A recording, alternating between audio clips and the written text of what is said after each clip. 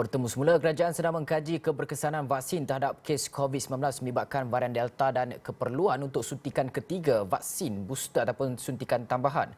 Menteri Penyelaras Program Imunisasi COVID-19 Kebangsaan PICK Khairy Jamaluddin berkata negara-negara maju sedang membuat perolehan vaksin untuk tahun hadapan kerana mereka menjangkakan kemungkinan terdapat keperluan untuk memberikan suntikan booster ketiga. Dan kita nak bercakap mengenai pandangan pakar berkaitan perkara ini. Kita terus bersama dengan pakar kesihatan awal Profesor Datuk Dr. Syed Muhammad Al-Junid. Syed Al-Junid. Assalamualaikum, selamat pagi, selamat tengah hari, Datuk. Waalaikumsalam, selamat tengah hari di Malaysia ya. Datuk, apa yang dimasukkan keperluan dengan suntikan ketiga vaksin ini dan kepentingan perlunya ada suntikan ketiga? Ya, terima kasih. Keadaan ini berlaku disebabkan oleh banyak negara mula mengesan varian Delta dan juga Delta Plus, yang mana varian daripada COVID-19 ini mempunyai kadar untuk berjangkit lebih tinggi dan memungkinkan lebih banyak kes-kes COVID-19 akan berlaku dalam masa terdekat ini. Jadi inilah yang menyebabkan negara-negara, terutama sekali negara yang telah pun mencapai tahap imunisasi yang lebih tinggi, coveragenya di Malaysia, sudah pun memikirkan bagaimana untuk melakukan kaedah yang seterusnya pada masa hadapan. Walaupun bagaimanapun ada keadaan yang agak baik juga, dari berita baik juga, kerana varian Delta ini walaupun mempunyai kadar jangkitan yang tinggi, tetapi kadar keparahan penyakit nampaknya tidak mempunyai perbezaan dengan varian-varian yang lain yang kita ada sebelum ni. Dan yang keduanya, vaksin yang ada dalam pasaran sekarang, terutama sekali vaksin yang digunakan di Malaysia seperti vaksin daripada Pfizer, vaksin daripada AstraZeneca dan juga vaksin daripada Moderna serta mungkin dikatakan vaksin Johnson & Johnson. Vaksin ini semuanya didapati mempunyai kadar keberkesanan yang tinggi untuk mencegah daripada varian Delta ini. Walaupun kita masih lagi menunggu maklumat-maklumat yang lebih terperinci untuk vaksin-vaksin yang lain seperti vaksin yang dikeluarkan oleh negara China dan sebagainya, tapi dijangkakan semua vaksin ini mungkin mempunyai keberkesanan yang baik untuk kita mencegah daripada berlakunya jangkitan disebabkan oleh varian Delta ini. Tetapi yang menjadi persoalan sekarang adalah insiden COVID-19 ini akan meningkat kalau sekiranya varian Delta ini tersebar luas di dalam ahli masyarakat. Jadi adalah elok daripada kerajaan Malaysia untuk memikirkan bagaimana kita harus melakukan booster pada masa hadapan. Tetapi sehingga sini maklumat yang jelas mengenai keperluan booster itu masih lagi tidak banyak.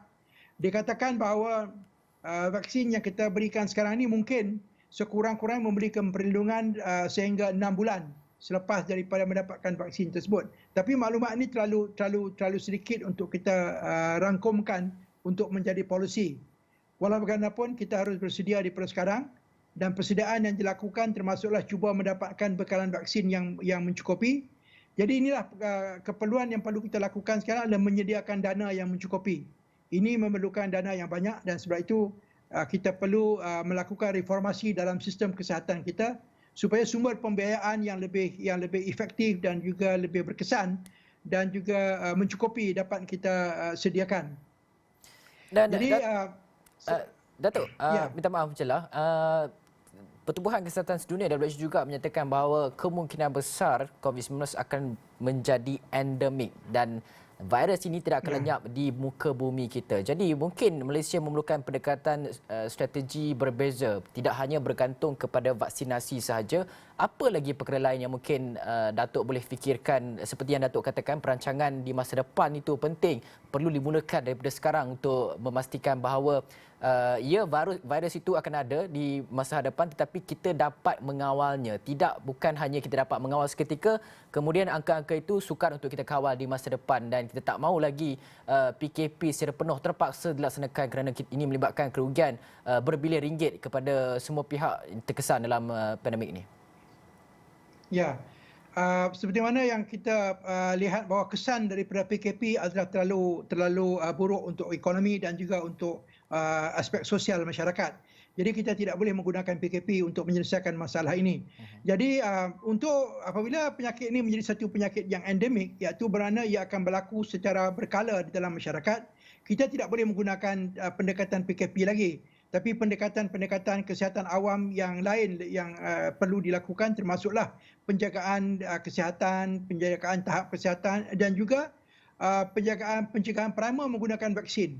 Jadi kalau kita lihat pengalaman kita dalam mengawal penyakit flu misalnya atau sesama, kita ada vaksin untuk flu yang diberikan secara berkala setiap tahun dan ini diambil oleh golongan-golongan yang punya risiko yang tinggi dan setiap tahun pula dilihatkan varian virus yang ada. Jadi flu vaksin kita diubah suai dan ini akan berlaku apabila kita cuba menangani COVID-19 pada masa hadapan. Saya rasa pendekatan yang sama dapat kita lakukan dan saya masih lagi yakin bahawa vaksinasi atau imunisasi merupakan langkah yang paling baik untuk mengawal penyakit ini apabila berlaku situasi di mana penyakit ini berlaku secara endemik. Jadi kita tidak boleh menggunakan pendekatan PKP seperti mana yang sedang berlaku di Malaysia sekarang kerana kesan daripada ekonomi dan sosial amat buruk sekali. Dan Datuk, dalam masa yang sama juga kita fahamkan Malaysia telah pun cuba membangunkan vaksin jenis mRNA. Difahamkan ada 2 kalau tak salah saya. Bagaimana kita lihat ini adalah satu perkara yang positif dalam kita menempani kemungkinan besar COVID-19 ini akan menjadi satu endemik. Ya, ini merupakan satu langkah yang amat-amat kita tunggukan kerana kita tidak boleh mengharapkan bekalan vaksin daripada luar dan bergantung kepada vaksin yang dihasilkan oleh negara-negara kaya misalnya, yang mana mereka memberikan keutamaan dan prioriti kepada negara mereka. Jadi usaha untuk membangunkan vaksin dengan secara menggunakan tenaga tempatan dan juga kepakaran tempatan harus kita beri sokongan. Dana yang mencukupi harus diberikan kepada kumpulan penyelidikan ini dan mereka juga kita cadangkan supaya bekerjasama dengan pakar-pakar di dalam Kementerian Kesihatan dan juga di luar Kementerian Kesihatan, terutama sekali yang mereka berada di institusi-institusi pengajian tinggi bagi menghasilkan produk vaksin yang baik dan juga dapat memberikan kesan yang positif kepada ahli masyarakat. Jadi ini merupakan satu langkah yang harus kita berikan sokongan sepenuhnya. Dan saya yakin kalau negara-negara jiran kita boleh menghasilkan vaksin sendiri, maka Malaysia sudah pasti dapat melakukan ini. Tetapi kita mestilah mempunyai kerjasama yang baik di antara pakar-pakar di dalam dan juga di luar Kementerian Kesihatan supaya masing-masing dapat menggabungkan tenaga, menggabungkan idea untuk menghasilkan vaksin yang dapat kita hasilkan sendiri. Dan Datuk, dalam masa yang sama, betul vaksin merupakan satu senjata utama ketika ini untuk menangani kes-kes varian-varian dan sebagainya. Tapi bagaimana perlu kita lihat dengan teknologi-teknologi peralatan-peralatan baru yang diperkenalkan bukan saja kepada vaksin tetapi mungkin kepada ubat-ubatan yang boleh menangani virus dalam badan ini. Kemudian kita lihat juga kepada ujian saringan COVID-19. Kalau sekarang ini dilihat menggunakan ujian swab di hidung, di air liur dan sebagainya. Tapi ada juga negara-negara lain sedang mengkaji menggunakan alat pernafasan saja. Bernafas dalam 30 saat seminit dah boleh tahu virus itu ada ataupun tak dalam badan kita. Macam mana kita lihat dengan teknologi-teknologi baru untuk memperkasakan lagi ujian saringan COVID-19 supaya kita tak perlu tunggu dalam tempoh yang lama untuk kesan virus berkenaan yang dikatakan kemungkinan besar tidak akan lenyap di muka bumi ini. Ya, apabila penyakit ini menjadi penyakit endemik, kalau kita nak melakukan pengesanan menggunakan kaedah PCR dan juga nasal swab yang kita lakukan pada masa sekarang, ianya adalah mempunyai kos yang tinggi dan tidak juga selesa dan tidak convenient untuk ahli masyarakat. Pada masa sekarang sudah ada ujian-ujian menggunakan pernafasan dan juga menggunakan air liur, menggunakan saliva. Yang ini harus kita lakukan kerana screening ataupun penyaringan ini merupakan suatu kaedah pencegahan peringkat 2 ataupun secondary prevention. Dan ini dapat kita perlu galakkan supaya tidak lagi bergantung kepada PCR. Untuk ubat-ubatan pada masa sekarang belum lagi ada maklumat yang mencukupi untuk menggunakan ubat-ubat tertentu sebagai profilaksis. Walaupun dalam perdebatan di peringkat nasional dan juga internasional, ada pihak-pihak yang cuba menengalahkan ubat ivermectin, dan pada dahulu mereka mencuba untuk menengalahkan ubat hidrokloroquine.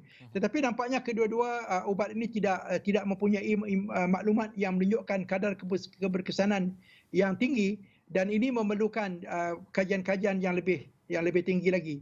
Jadi kita balik kepada usaha kita sekarang hingga hari ini, paling utama sekali adalah memberikan tumpuan kepada vaksinasi ataupun imunisasi, dan pada masa yang sama juga melakukan penyaringan menggunakan ujian-ujian yang mudah seperti ujian air liur ataupun ujian menggunakan pernafasan sebagai ganti, sebagai alternatif kepada ujian swab PCR yang memerlukan masa yang panjang dan juga memerlukan kos yang jauh lebih tinggi.